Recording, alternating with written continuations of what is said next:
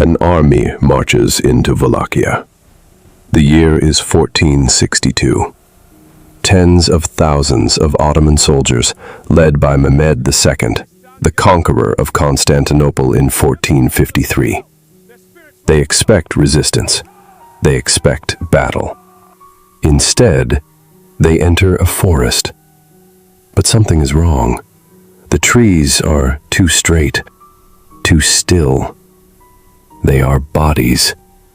Over 20,000 impaled men stretch for miles outside Targoviste, the rotting corpses of Turks and Bulgarians captured during Vlad's savage raids across the Danube the previous year. The Sultan stops. Even hardened warriors hesitate. This isn't chaos. This is a message. One man built this forest. One ruler turned fear into architecture. But how does a human being reach this point? To understand 1462, we go back. In 1431, in the Saxon town of Sighiswara, Transylvania, a boy was born. His name was Vlad. His father was Vlad II Dracula, inducted into the elite Order of the Dragon that very year by the Holy Roman Emperor Sigismund. The order swore to defend Christendom against the Ottoman tide. That's where the name came from. Dracul meant dragon. His son was Dracula, son of the dragon. Wallachia sat between two giants, the Kingdom of Hungary to the north and west, and the ever-expanding Ottoman Empire to the south. A throne surrounded by enemies, where boyars, the powerful local nobles, plotted constantly, switching allegiances like cloaks in the wind. The land itself was a corridor of invasion, fertile plains along the Danube, dark Carpathian forests guarding mountain passes. Any ruler here walked a blade's edge between survival and annihilation. In 1442, at just 11 years old, Vlad and his younger brother Radu were handed over to the Ottomans as political hostages. Not guests, insurance for their father's loyalty. They were taken deep into the empire, to the court at Adrianople. There, in the shadow of minarets and the call to prayer, Vlad learned the brutal machinery of Ottoman power. He studied warfare, horsemanship, archery, and the politics of terror. He watched janissaries drill with cold precision. He witnessed how the Sultan crushed rebellions with mass executions and public displays of strength, and he learned a brutal lesson that would never leave him. Empires respected only strength, and mercy was a weakness they exploited. The boys lived for years in this gilded cage, Vlad growing hard and watchful, Radu more adaptable, even favored by the young prince Mehmed himself. Then 1447 arrived. Back home in Wallachia, Vlad's father was assassinated by rebellious boyars, backed by Hungarian interests. His older brother Mircea was captured, tortured, and buried alive, nailed to a plank and lowered into the earth while still breathing. Vlad was 16. No throne, no family, no protection. The boy who had studied under the Ottomans now stood alone, his blood screaming for revenge. In 1448, Vlad briefly took the throne of Wallachia with Ottoman support. It lasted only 2 months. Hungarian forces and rival claimants drove him out. He fled into exile, first to Moldavia, then to the Hungarian court. But he didn't disappear. He studied, he plotted, he waited. In 1456, with military backing from the Hungarian king and his own hardened band of loyalists, Vlad returned. This time, he took the throne by force. He met the ruling prince Vladislav II in open combat outside Targoviste and beheaded him with his own hand. And he moved immediately. He knew the boyars had murdered his father. He knew their endless intrigue kept Wallachia weak. So in 1459, during the Holy Easter feast, he struck. He invited hundreds of the leading boyars, the same families who had betrayed his blood, to a grand banquet in the palace at Targoviste. They ate roasted lamb and drank sweet wine. They laughed and toasted the new prince. They believed they were safe. Then he arrested them. The elderly and the most guilty were impaled on the spot, their bodies left as warnings along the roads. The younger, stronger ones were spared immediate death, but only to march north in chains to the ruins of an old fortress on the Arges River. There, under Vlad's relentless watch, they rebuilt Ponari Castle stone by stone, working until their fine Easter clothes hung in rags and their hands bled raw. Many died of exhaustion on the scaffolding. Corruption collapsed overnight. The boyar class that had ruled like petty kings was broken. Crime dropped sharply. Foreign merchants wrote astonished reports of something unbelievable. A golden cup placed in the town square of Targovishte, left unguarded, untouched for weeks, because everyone knew the punishment for theft was the stake. Was this cruelty or calculated control in a land where law had been a joke for generations? Vlad's justice was absolute and public. Thieves, liars, adulterers, and traitors met the same fate. He impaled Ottoman envoys who demanded submission. He burned entire villages that sheltered criminals.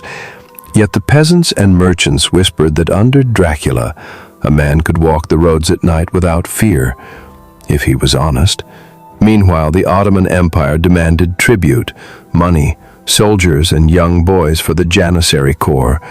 In 1459, Vlad stopped paying. He refused the Sultan's envoys. In 1461, he crossed the Danube with his cavalry and began raiding deep into Ottoman territory, burning towns, destroying supply lines, massacring thousands of soldiers, officials, and Muslim settlers. He wrote later to the Hungarian king that his men had killed 23,884 in those campaigns alone. This was no longer tension. This was open defiance.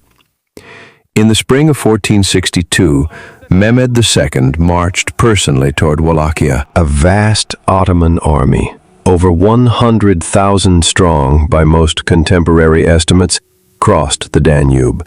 They brought cannons, elite janissaries, and the Sultan's own household guard. Vlad had perhaps 25,000 regulars, plus irregulars and peasant levies. He could not win directly. So he changed the rules. He ordered scorched earth, wells poisoned, livestock slaughtered or driven into the mountains. Every village emptied. The Ottomans advanced through a silent, blackened land. Disease and hunger began to bite. Then came June 17th, 1462. Midnight. Vlad launched what history later called the Night Attack. Disguised as Turkish auxiliaries, he and 7,000 to 10,000 of his best horsemen infiltrated the massive Ottoman camp near Targovishte. Tents burned, panic spread like wildfire. Soldiers fought each other in the darkness, mistaking comrades for enemies. Vlad himself cut a bloody path straight toward Mehmed's tent, sword in hand, aiming to end the war with one stroke. The Sultan's loyal janissaries formed a desperate shield. Vlad nearly reached him. Nearly. He missed. But the psychological damage was done. The invincible conqueror of Constantinople had been humiliated in his own camp. And when the Ottomans advanced the next day, they saw it. The forest of the impaled. Over 20,000 bodies, arranged deliberately in geometric rows and circles outside the capital. A deliberate display of the prisoners and raiders Vlad had taken the year before. Some still twitched. The stench carried for miles. Mehmed II, who had grown up with Vlad in the Ottoman court, stared in silence. Chroniclers say even he, the man who had stormed the greatest city on earth, turned away. The Sultan eventually withdrew from Wallachia in late 1462, not destroyed, but shaken. Disease, supply shortages, and the sheer horror had done their work. He left his half-brother, Radu the Handsome, Vlad's own sibling, now a loyal Ottoman convert, to continue the campaign with a smaller force. Vlad could not outnumber them, so he out-terrified them. But fear was dangerous because it frightened enemies and allies. Later in 1462, as Vlad sought help from his former patron, Hungarian king Matthias Corvinus, arrested him in Transylvania. Forged letters accusing Vlad of secret treason with the Ottomans were produced for the Pope and the Venetians. The feared ruler locked away in a tower at Visegrad. He was imprisoned for roughly 12 years until around 1475, converting to Catholicism, marrying a Hungarian noblewoman, and fathering sons, while the stories of his reign spread like plague across Europe. Pamphlets printed in Germany and printed in Italy in the 1460s and 1470s described him as a sadistic monster who dined among the dying and drank their blood. Woodcuts showed rivers of stakes. Others praised him as a defender of Christianity against the Ottoman flood. Fact blended with exaggeration, the legend grew. In 1476, with Hungarian and Moldavian support, Vlad briefly regained the throne of Wallachia for a third time. It lasted only months. By the end of 1476, he was killed in battle against Ottoman-backed forces near Bucharest. Some accounts say he fell fighting heroically. Others claim betrayal by his own men.